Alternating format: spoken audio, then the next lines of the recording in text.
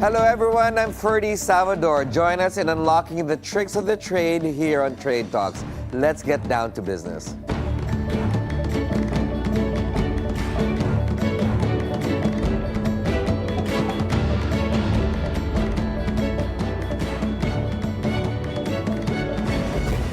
The Likhang Habi Market Fair is happening this October in Makati City. It is now on its 15th year of celebrating the fabrics that represent the Filipino culture. It will feature nearly 100 artisans and weavers from across the country.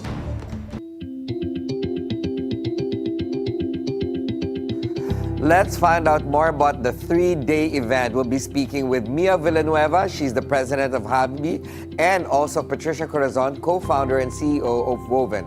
Welcome to the program, ladies. Good morning. Good morning, Ferdi. Thank you so much for coming to chat with us and sharing what I'm passionate about, which is, uplifting Filipino culture through commerce, which is what you're doing. But first things first, Mia. It's the 15th year of Habi. Yes. You've gone a long way. How did it start and when? Yes, Habi started in 2009. So it's actually 16 years, but this is our 15th year of having the fair. Because of the pandemic? Yes. Well, yes, Okay. sort of. But we stopped a little bit for the pandemic. We actually had an online fair during pandemic. Oh, wow. Yeah. So in the beginning, we started, I think, with like 14 vendors, and now we're up to almost 100 vendors. Okay, who is the Yes. brainchild behind Habi? Oh, it's Mrs. Ongpin. Okay. Maribel Ongpin is our founder and our chairman. The hard-working Maribel Yes, Ongpin, of course. Yes. It started because they're very active with this ASEAN Traditional Textile Symposium, and they realized that we didn't have it represented here in the Philippines. There was no council. Okay. So they were traveling at that time. I was still not yet part of it. They were traveling and going to other countries, and they said we should be having one here also to Right. represent our textiles. So they founded that. Yes. Right. Yeah. So we are a digitally driven world. How is hand-woven textiles, which are timeless and obviously needs to be relevant, come into that kind of evolution? Because there are a lot of the kids these days and the new market, which is Gen Z, and the millennials, they already know about this, right? But how do you incorporate the digital kind of lifestyle in what you're trying to do with Habi? Okay. For me, the way I see digital is it's more like a support. It's a support for us because at the end of the day, we're really promoting hand-woven textiles, and then there's still a value to that. So we have our website. We're on all social media, and I think that's how we get the word out of what we're doing and information about the textiles and our vendors and our members. We also have lecture series and things That's like this, interesting. which will be on the website as well. Okay, what's the lecture series about? And Patricia, are you part of it? For this year, not yet. Not yet. So, Mia? Well, yeah. So this is one of the things, no? So like, let's say for the fair coming up in October, first of all, we're moving venue to a larger venue. So to make it worthwhile, we're going to have lectures, we're going to have workshops, which is something we didn't do previously. So that will be the new thing about it. And we're excited about our lecture series because what we want is to have we really want to focus more on education. Okay. We see that what's happening with fairs around, or there's so much interest in local products, but we think that Habi, as a Philippine Textile Council, can position itself to educate more and give more information about the textiles, about the weavers, about our heritage and our culture. Yes. How important Patricia, are lectures to educating, and what kind of education do you think the market needs to fully gain support of our traditions and obviously be proud of what we wear? Yeah, so related to what you mentioned earlier about digital, it's Yes. really a tool to amplify the stories of our artisans, of the enterprises or brands that are part of Habi. So I think the lectures or education is really an important part of ensuring that the craft, the traditions live on. So we need to know, how it's made, what are the materials, the processes or the time spent by artisans on any kind of fabric or textile. Right. Yeah. Because I've had several top-notch Filipino fashion designers on the show, and they always discuss about, sustainability, about Yes. having to champion our textiles and traditions and stuff like that. I'm very happy to hear that. But what do you think is still missing between consumers and the education and type of fairs that you support? Exactly. That's what I think. I think that what we can use to bridge the gap is really education. Like I was thinking recently, like even with the young designers, there's so many new young designers that want to use the textile, but I think there can be no innovation if they don't understand where it comes from, what was the culture behind it, the heritage behind it, what it takes, or what that weaver went through to get to what they're producing. Right. And I think that that's what our platform does, Right. is that we can give all that on the website or through this lecture series or through our fair. What I haven't asked my previous guests on Philippine traditional textiles is, of course, a lot of people think, okay, wait a minute, it's the design may be a little too ethnic for me or stuff like that. How do you differentiate tradition in creating textiles versus the patterns, because that's normally associated with each other. I'm wearing a certain pattern and certain colors, which alludes to the tradition, di ba? But don't you think that the Habi process itself is already tradition? Is that a thing that you've studied, Patricia? Like, for example, I want my own designs and patterns on Yeah. the fabric. Does that still become tradition?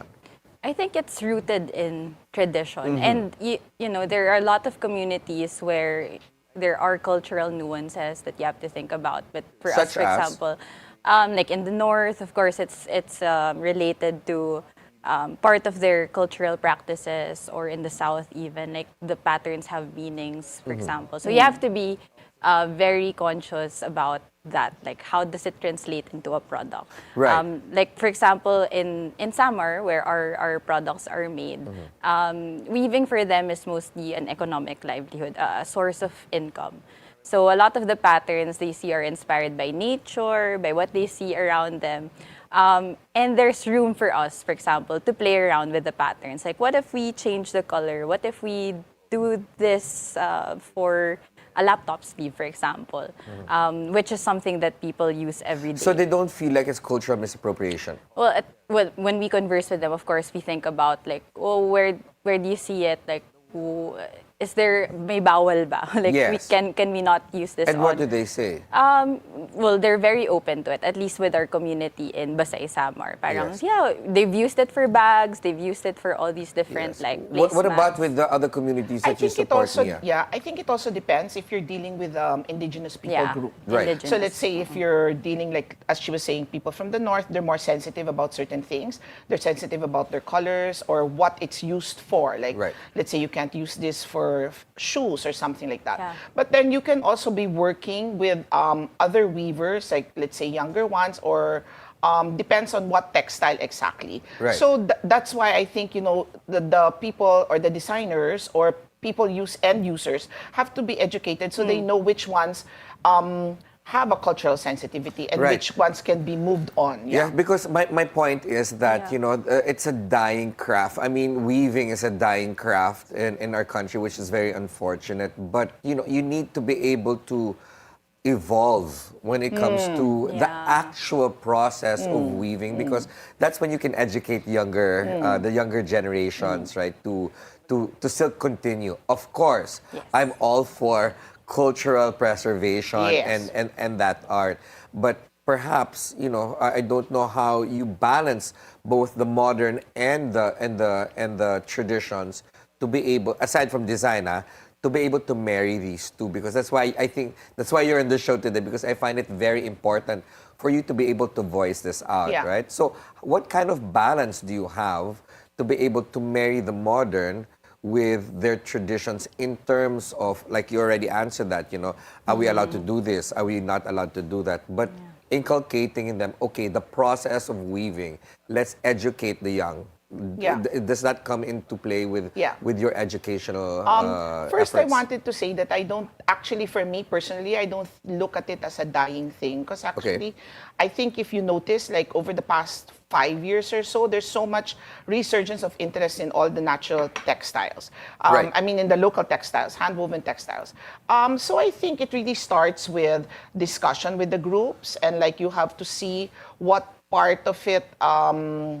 What part of it they see as they're sensitive to, then you can move forward. I think that each group also has successfully been able to pass it on to their younger generations. Like we see a lot now of stories of like it's the Lola teaching the grandchild. Right. Usually it's like the generation in between that kind of got lost and did not weave because they had to go find other means of livelihood. Absolutely, But yeah. now the younger ones see it's exciting. You know, there's Yeah. so much worldwide. They're more woke. Yeah, and there's interest even internationally. Yes. And like they see weavers from, because of the internet, they see weavers from all over the region. So they see, oh, it's cool to do. Your jacket right now or top. You know, to me, I don't know particularly which cultural tribe or region it's from. But looking at it, I can see that, oh, did you buy that in Mexico? Or did you Yes. buy that in Peru? I mean, then it looks global to me. But, you know, yung pala, it's part of a tribe, Yeah. a tribal pattern that you procured here in the Philippines. But, okay, this year's theme is Sining ng Tela. How does this reflect on Habi's vision for the weaving future? Sining ng tela. So for this year, we really feel at Habi that we really want to move forward to like more than just it being a marketplace. Because of course, when we started this, it was really to bring weaver to market. For them to be able to make a living, or like let's say small weavers from far-flung areas will find a way to be able to sell in Find a marketplace. Yeah, in Manila, and also to meet designers. Yes. And now we notice that it's really changing. So again, it's like the same thing that we're gonna bring them there, but as I was saying earlier, there'll be more things like like Habi, like we have books, we have documentaries. We're gonna be showing all our films, so you can also learn about different Wow, groups. it's a total 360 of Yeah. culture and tradition just Yes. based on weaving. Yes. Amazing. Yeah. So it's more than just the market fair. It's really And a there whole will there thing. be storytelling with because weaving also, as I've been told, is a way of storytelling.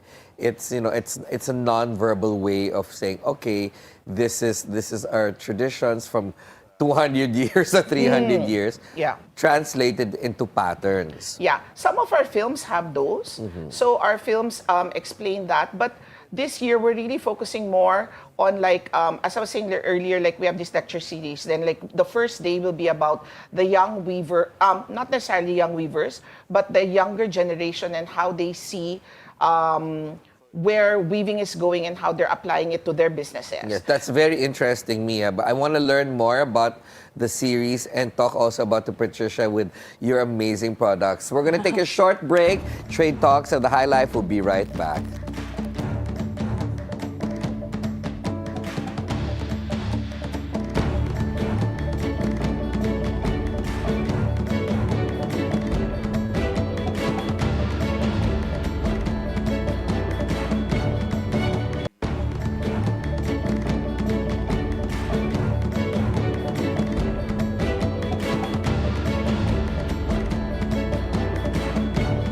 Welcome back to Trade Talks, the High Life. We continue our conversation with Mia Villanueva and Patricia Corazon, organizers of the Likha Habi Market Fair. So before the break, you were telling us about the lecture series. Now, let's get down to the very most interesting part. What can we buy and who can we buy from during the fair? Well, she's one of our vendors, so Yes, she has great products. But okay, so this year one of our main things is that we're moving to space at One Ayala. So it's a bigger, better venue, but still in Makati, and we're going to have at least around 100 vendors. So That's a lot. It's a lot, yeah. And so more than just fashion, there's going to be a lot of like you can buy actual textiles. That's one You of the can? yes. That's So really one. barongs and stuff like that? How Exactly. interesting. Ranging from piña to Inabel to from north to the south, all different types of textiles. What are will you be most available. excited about? What do you have a new vendor that's getting you excited aside from woven? Okay, one vendor that I might cite also is Likhang Maragondon. She's going to Okay. be one of our speakers. She came from Cavite. I like her story because she joined the Habi Fair, like I think, if I'm not mistaken, 2 years ago, and then she took a break because of what she learned. She said she had to improve her product, and now she's coming back with all different types of textiles. Inspired by, let's say, the churches in Cavite or Wow. let's say the revolution, things like this. So they're really looking into it, and you can hear her talk at one of our textiles as a young person that has a business and works with weavers also. She's not necessarily a weaver, but then she's the one that helps bring it to where it is now. So that's one of the things I'm excited about. But then of course we have all our old timers that will be having new items, like Nardas, we have La I grew up with Herminia. Nardas Yeah. in Baguio. Yeah. And I remember her place in Session Road. Yes. And my gosh, if you have a carpet from Nardas, you made it in my Yes. Okay, Patricia Corazon, tell us about woven. You can call me Trish. Yes, Trish. Yeah. So Woven is a social enterprise, and we work with weavers around the Philippines. Okay. And our mission is really to uplift the lives of artisans and their families. So we started with the community of Banig Weavers in Basay, Samar. And, some of the challenges, of course, are they have to provide money for their families. They have to earn a living. And what they were earning from weaving was not enough. Okay. And actually, that's one of the problems, the key problems of, making sure that it goes to the youth or that they learn kasi they see na hindi naman malaki yung Yeah, because it's nakita. difficult. If Yeah. it's hard, I'm not gonna do it. Yeah, That's and as a parent- normal human trait. Yeah. Yeah, and as a parent, just study somewhere else or find work elsewhere. Yes. And that's what we say, like, craft of weaving is dying. But through training, by showing them that there's actually potential in weaving, that you can earn from it, that So there are you've so able- many opportunities. You've Yes. been able to help them scale their businesses. Yes. So Okay. we helped organize them into weavers associations on the ground so that they can band together. Before they were doing it solo as artisans, but together, they can run it as a business, as Yes, an because enterprise. once you use the term artisanal Yeah. or artisans, your product value actually quadruples. Yes, Right? So yeah. that's when they can actually, hey, this is something I can do for a yes, living. because Yeah. gone are the days where you go to certain markets around around the metro wherein you buy banig. I don't know if you still remember. You look very young, so I I'm a was millennial. told in the 80s that you would still see vendors walking the streets Yes. carrying banigs on their, on their person, and sometimes even in carts, right? Yeah, they still do that sa summer. Parang they bring the banig to the house, like So where that's it's gonna market to home, Yes. right? That's super cool. I think that's a Yeah. tradition you should Yeah. bring back, Mia. I think you should put it in the next Habi Fair, like a little stall like that. Oh, of yeah. food. Yeah. So you're able to scale their business through the banigs, and then you've moved to fabric weaving. Is that it? Yes. So looking into the other crafts communities, seeing that they have the same challenges and problems of gaining access to the market, or at least having knowledge of what designs will customers will buy. Finding the right buyers who will put the right value on their products. Right. So there are many different communities around the Philippines that want the same Do you have a thing. success story that you want to share? Yeah, well, we've been working with the Banig Weavers since after Super Typhoon Yolanda. And we didn't really mean to start it as a business, more of like my husband, my co-founder, John, stayed with the community for a year as a volunteer. So helping organize. That's what you call sacrifice, Mia. I know. You gave your husband We're to very- weaving. Right? He was my boyfriend. Anyway, but after that, we saw that there's opportunity here, and the way that we designed the products was what would we use in our day-to-day modern life. Of course, laptops, gadgets. And from there, we saw that, you know, the weavers, they band together as associations, they run their business. They're able to, you know, say, this is how much our product should be cost to that. Right. Like, So and I was referring to a success story yeah, of one the artisan, weavers, right? Yeah. So we have like Ate Marilyn, for example. Ate- Marilyn. Ate Marilyn. Now you're in famous, summer, Ate Marilyn. You're famous. For the longest time, she only knew how to weave. But then we did this sewing apprenticeship program in the community. So over the course of 6 months, she learned how to sew, which is a value-added skill, right? So Absolutely. higher value. If you So know how now to she's sew, you sewing. can feed your family. Yeah, so now she's sewing some of her products or most of her products together with our master sewer. So she's a success, and there are many, many success stories where, you know, they gain agency or they're empowered to speak about their craft. And we also have the kids of the artisans saying, oh, gusto ko maging tagapag-alaga ng They want to banig." continue the business Yeah, they want to, and the tradition. They want to be a part of it. So you both have already have success in that aspect, you know, turning one individual and making them successful, and then their family members now are interested. Yeah. I think that's success in itself. It But is. you're definitely going to be at the Habi Fair. Definitely. We've been part of Habi since 2018. So every year, even through the pandemic, we were part of the website Yes. also. So it's been a big help for So our business. normally, well, I can talk to you about this all day, but unfortunately, Yeah. we don't have enough time. However, I have a few more questions to ask of you. Mia, what is your worst investment? Worst investment for Habi? For personal. I don't know. I'll get back to you. What's your worst No, investment? I thought about this Patricia? question. But because in business, you always have bad like decisions that when you're doing it, oh my God, I'm losing money. But in hindsight, you always gain something. Parang, oh, I learned now. Like, for example, we shipped our products to the US early on and we lost like a lot of money in that. Oh my But goodness. we learned, okay, we have to be there. We have to study the market. Okay. But I think it's more of the time spent on regret. And Like regret. the time. All right. Your best investment.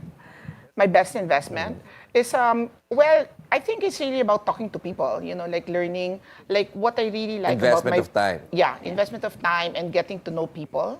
Like that's what I like about my work with Habi. It's that you meet different types of people and you gain so much knowledge from it. Yeah. Nice. And your favorite mistake, Patricia? Favorite mistake? Oh, They're both thinking now. well, I think many to do with like finance, like for example, for the business, like small ones. But I learned, because it's my weakest spot, I would think. But later on, I used it as, okay, I need to get a hold of my finances. I need to study like accounting again. Right. Like, yeah. So, Mia, quickly? Favorite mistake? Yes. It's like going somewhere where I thought you were going to say your husband. you're lazy to go, but when you go, you know, you meet somebody great or something. I like that. love Yeah, that. yeah. Thank you so much, ladies, and more success to Habi and Yes. your endeavors. And please, I hope to see you in October 10, 11, and 12. Yeah. That sounded like a threat. Definitely will No, we'll- support. we Thank you hope- so Okay. much. Thank And you. that is it for today's show. I'm Ferdi Salvador. Catch the Bilyonaryo News channel on Free TV Channel 31 and on cable via Cignal Channel 24. Thanks for watching the Bilyonaryo News channel. Always on top.